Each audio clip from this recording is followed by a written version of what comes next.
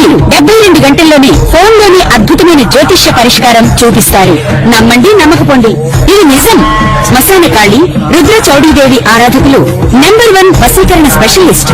గురూజీ మనిషి పుట్టుక నుండి చనిపోయే వరకు వచ్చే అన్ని క్లిష్టమైన సమస్యలకు పరిష్కారం ఇక్కడ లభిస్తుంది. విద్య, ఉద్యోగం, వ్యవహారం, స్త్రీ ప్రేమ, పెళ్లి, సంతానం, స్త్రీ పురుష వశీకరణం, భూవశం, భార్యాభర్తల కలహాలు, కోర్టు సమస్యలు, విడాకుల సమస్యలు, చేతబడి, అప్పుల బాధ, ఇంకా మీకు ఎలాంటి సమస్యలు ఉన్నా 72 గంటల్లోనే శాశ్వత పరిష్కారం చేయబడును.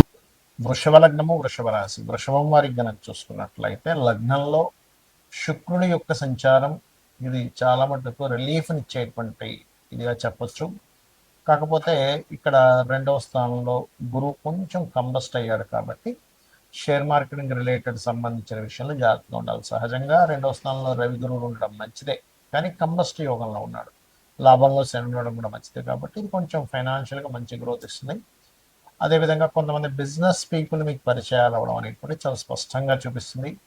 చతుర్థ భావం అంటే 4వ స్థానంలో మీరు కోర్సెస్ ఏదైనా కొత్త కోర్సు తీసుకునే విషయంలో కానీ, కన్స్ట్రక్షన్ విషయంలో కానీ, వాహనాల మీద వెళ్ళేటప్పుడు ఏదైనా ఒక ప్రాపర్టీ కొనుగోలు చేసేటువంటి అంశాలలో మీరు ఆ యొక్క ప్రాపర్టీకి సంబంధించినటువంటి విషయం ఎలా ఉంది, అదేమైనా లిటిగేషన్లో ఉన్న ప్రాపర్టీ తీసుకుంటున్నామా, లేదా తండ్రి గారి ప్రాపర్టీ విషయంలో ఏమైనా రాబోతుంది. ఎందుకంటే 12వ స్థానం అనే స్థానాధిపతి అనేటువంటిది తండ్రి గారి యొక్క ఆస్తిని సూచిస్తుంది. ఆ అధిపతి మీకు 4వ స్థానంలో ఉన్నాడు అంటే తండ్రి గారి ఆస్తి మీకు మారే విషయంలో కూడా కొన్ని లిటిగేషన్స్ ఏర్పడతాయి.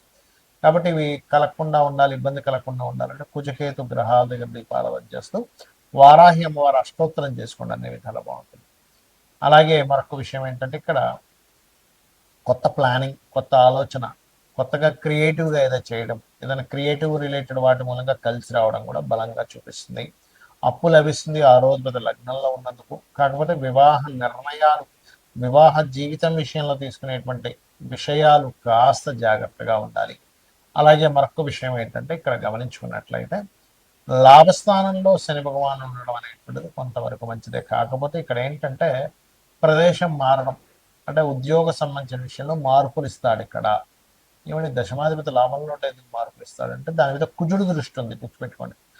సింహం నుంచి 4వ స్థానంలో ఉండే కుజుడు దశమాధిపతిని చూస్తున్నాడు కాబట్టి ఉద్యోగ సంబంధించిన విషయంలో ప్రమోషన్స్, ఎదుగుదలతో పాటు స్ట్రెస్ కూడా ఉంది, మార్పులు కూడా చూపిస్తున్నాయి. ఇక మీరు నిత్యము చేయవలసిన దేవతారాధన విష్ణు లలితా సహస్రనామాల యొక్క శ్రవణము లేదా పఠనం చేయండి, అన్ని విధాలు బాగుంటుంది.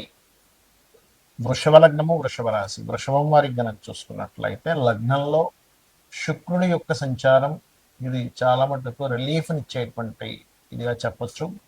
కాకపోతే ఇక్కడ 2వ స్థానంలో గురువు కొంచెం కంబస్ట్ అయ్యాడు కాబట్టి షేర్ మార్కెటింగ్ రిలేటెడ్ సంబంధించిన విషయంలో జాగ్రత్తగా ఉండాలి. సహజంగా 2వ స్థానంలో రవి గురువులు ఉండడం మంచిదే, కానీ కంబస్ట్ యోగంలో ఉన్నాడు. లాభంలో శని ఉండడం కూడా మంచిదే కాబట్టి ఇది కొంచెం ఫైనాన్షియల్గా మంచి గ్రోత్ ఇస్తుంది. అదేవిధంగా కొంతమంది బిజినెస్ పీపుల్ మీకు పరిచయాలు అవ్వడం అనేటువంటి చాలా స్పష్టంగా చూపిస్తుంది.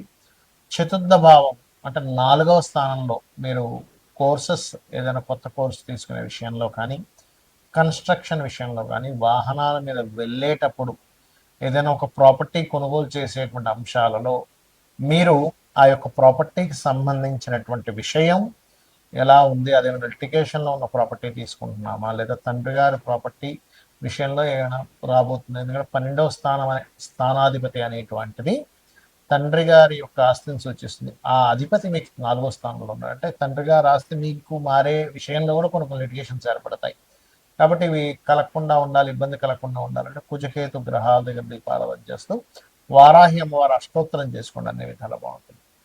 అలాగే మరొక విషయం ఏంటంటే ఇక్కడ కొత్త ప్లానింగ్, కొత్త ఆలోచన, కొత్తగా క్రియేటివ్గా ఏదో చేయడం, ఏదైనా క్రియేటివ్ రిలేటెడ్ వాటి మూలంగా కలిసి రావడం కూడా బలంగా చూపిస్తుంది. అప్పు లభిస్తుంది 6వ లగ్నంలో ఉన్నందుకు. కాకపోతే వివాహ నిర్ణయాలు, వివాహ జీవితం విషయంలో తీసుకునేటువంటి విషయాలు కాస్త జాగ్రత్తగా ఉండాలి. అలాగే మరొక విషయం ఏంటంటే ఇక్కడ గమనించుకున్నట్లయితే లాభస్థానంలో శని భగవానుడు ఉండడం అనేటువంటిది కొంతవరకు మంచిదే. కాకపోతే ఇక్కడ ఏంటంటే ప్రదేశం మారడం అంటే ఉద్యోగ సంబంధించిన విషయంలో మార్పులు ఇస్తాడు. ఇక్కడ ఏమంటే దశమాధిపతి లాభంలో ఉంటే ఎందుకు మార్పులు ఇస్తాడంటే దాని మీద కుజుడు దృష్టి ఉంది, గుర్తుపెట్టుకోండి. సింహం నుంచి 4వ స్థానంలో ఉండే కుజుడు దశమాధిపతిని చూస్తున్నాడు కాబట్టి ఉద్యోగ సంబంధించిన విషయంలో ప్రమోషన్స్ ఎదుగుదలతో పాటు స్ట్రెస్ కూడా ఉంది, మార్పులు కూడా చూపిస్తున్నాయి. ఇక మీరు నిత్యము చేయవలసిన దేవతారాధన విష్ణు లలితా సహస్రనామాల యొక్క శ్రవణము లేదా పఠనం చేయండి, అన్ని విధాలు బాగుంటుంది. చాలామంది 2 రకాల భయాలు ఎక్కువ పెంచుకుంటారు. ఒకటి ఏలినాడు శని, అర్ధాష్టమి శని, అష్టమ శని అనే శని ప్రభావం, రెండోది కాలసర్ప యోగం. ఇక్కడ ఒకటే గుర్తుపెట్టుకోండి, కాలసర్పము యోగం అనేటువంటిది ఏదైతుందో జన్మజాతకానికి అసలు అప్లై చేయకూడదు. అది కాలంలో జరిగే అంశాలు. ఇప్పుడు చూడండి, కాలసర్ప యోగంలో ఉన్నందుకే యుద్ధాలు కానివ్వండి, విమాన ప్రమాదాలు కానివ్వండి, ఇటువంటి వాహన సంబంధించిన ప్రమాదాలు కానివ్వండి, లేకపోతే మనకి మీరు గమనించినట్లయితే కొన్ని దేశాల మధ్యన కానివ్వండి, సునామీలు కానివ్వండి, కరోనా ఇట్లాంటివన్నీ కాలసర్ప యోగంలో వస్తాయి. అంటే కాలానికి ఈ దేశానికి ఇలాగా చెప్పడానికి మాత్రమే. కేవలం నాకు సహజంగా ఉండే సర్పదోషాలు వాటికి కూడా పెద్దగా టెన్షన్ పడకుండా రావి చెట్టుకి ప్రదక్షిణం చేసుకోవడము, అక్కడ ఉండేటువంటి సర్పాల మీద పాలు లేనట్లయితే పసుపు నీళ్ళు వేయడం, లేదా సర్ప ప్రతిష్ఠ చేసుకోవడం ద్వారా ఖచ్చితంగా తొలగిపోతుంది. అంతగా భయం వేస్తుందండి, నాకు కాలసర్ప యోగం వల్ల ఆగిపోతున్నాను, మీకు ఇన్నర్ ఫీలింగ్ ఉంటే కాళహస్తికి వెళ్ళరండి. ఈశ్వరానుగ్రహం ఉంటే ఖచ్చితంగా ఏ దోషమైనా పోతుంది. ఇక ఏలినాడ్స్ అనే విషయంలో కూడా చాలా మందికి ఏంటంటే, ఏలినాడ్స్ అని ఉంటే ఏమీ పనికిరాదు అనుకుంటారు. నేను చాలా వీడియోలో చెప్పాను, అయ్యా ఏలినాడ్స్ అనే సమయంలో సీఎంలు పిఎంలు అయిన వారు ఉన్నారు. నరేంద్ర మోడీ గారు కూడా ఏలినాడ్స్ లోనే పిఎం అయ్యారు, అర్ధాశ్రమ్స్లోనే కంటిన్యూ అయ్యారు.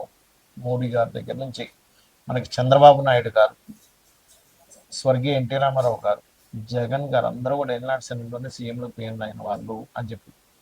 కాబట్టి ఈ ఏలినాడు శని గురించి పెద్దగా మీరు భయపడకండి, కేవలం స్లో అవుతుంది. మనం దానికి కొంచెం ఎక్కువ పెట్టుకునేసరికి దీనివల్ల అవ్వట్లేదేమో అన్నదే మైండ్లో పెట్టుకొని తింటూ ఉంటాం. దీనికి ఏమీ లేదు, చక్కగా గోవుకి బెల్లం తినిపించడము, అదేవిధంగా కాస్త శ్రమించడం, ఎక్కువ నిద్రపోకుండా పోస్ట్ పోన్ చేయకుండా కింద వారిని, కింద స్థాయి వాళ్ళని గౌరవించడం చేస్తుంటే ఏలినాడు శని ప్రభావం తగ్గుతుంది. ఎందుకంటే కార్మికులకి కర్షకులకి కారకుడు. ప్రధానంగా మనం చూసుకోవాల్సింది ఏంటంటే, మన జన్మజాతకంలో లగ్నము నుంచి 12 భావాలు ఎలా ఉన్నాయి చెక్ చేసుకోవాలి.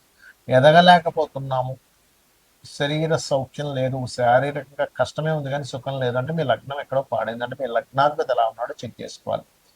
ధనం రావట్లేదంటే, ఎంత ప్రయత్నించినా ధనం విషయంలో చాలా ఇబ్బందిగా ఉంది అనుకునేప్పుడు మీ ధనాధిపతి ఎలా ఉన్నాడో చూడాలి.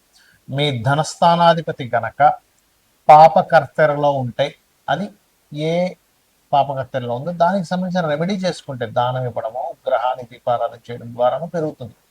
లేదా ఇంట్లో ఒక్కోసారి ఉత్తర భాగంలో దోషం ఉన్నా సరే ధనహీనత వస్తుంది. అంటే ఉత్తరంలో కంప్లీట్గా వైట్ కలర్, నేను చాలా ఇల్లు వాస్తు చూసినప్పుడు వాళ్ళకి ఉత్తరంలో రెడ్, ఎల్లో కలర్స్ ఉండడం, లేదా ఉత్తరంలో బాత్రూమ్స్ ఉండడం వల్ల కూడా వాళ్ళకి దోషాలు ఏర్పడ్డాయి. అది మార్చినప్పుడు వాళ్ళకి అక్కడి నుంచి మళ్ళీ ధనం రావడం జరిగింది వాళ్ళ ఇళ్లలో. అలాగే మరొక విషయం ఏంటంటే, ఇక్కడ మీకు సిబ్లింగ్స్తో పడదు కొంతమందికి, ఎందుకు 3వ స్థానం పాడైంది. సో ఎవరితో ఏ బంధువర్గం ఉందో వాళ్ళతో పడదో దానికి సంబంధించిన విషయంలో కొంచెం జాగ్రత్తగా ఉండడం, వాళ్ళతో రాసి పెట్టుకోవడం చూసుకుంటున్నారు. అదేవిధంగా కొంతమంది ఫలానా చదువుతున్నామండి కానీ నాకు ఎందుకు ఆ చదువు కలిసి రాలేదంటారు. అంటే ఏమిటి, మీ ధనాధిపతి వేటి మూలంగా దానికి సంబంధించి చదవడం మంచిది. అంటే మీకు రవితో ఉన్నాడు, అప్పుడు ఏంటి, మీరు మెడికల్ రంగాలు, చంద్రుడితో ఉన్నాడు ఫుడ్ రిలేటెడ్ లేదా ట్రాన్స్పోర్టింగ్ రిలేటెడ్, గురువుతో ఉన్నాడు టీచింగ్, బుధుడితో ఉన్నాడు బిజినెస్ మార్కెటింగ్, ఇట్లా ఒక్కొక్కటి. శుక్రుడితో ఉన్నాడు అందానికి సంబంధించిన, రాహుకేతులతో ఉన్నాడు ఫార్మా లేకపోతే ఫ్యాషన్, మన ఈ యొక్క సాఫ్ట్వేర్ రిలేటెడ్ సంబంధించినటువంటి, ఇట్లా ఒక్కొక్క గ్రహం దేంతో కలిసి ఉన్నాడు, శాటన్తో ఉన్నాడు, ఆయిల్స్ లేకపోతే పురాతన సంబంధించి ఇట్లాంటివన్నీ కూడా.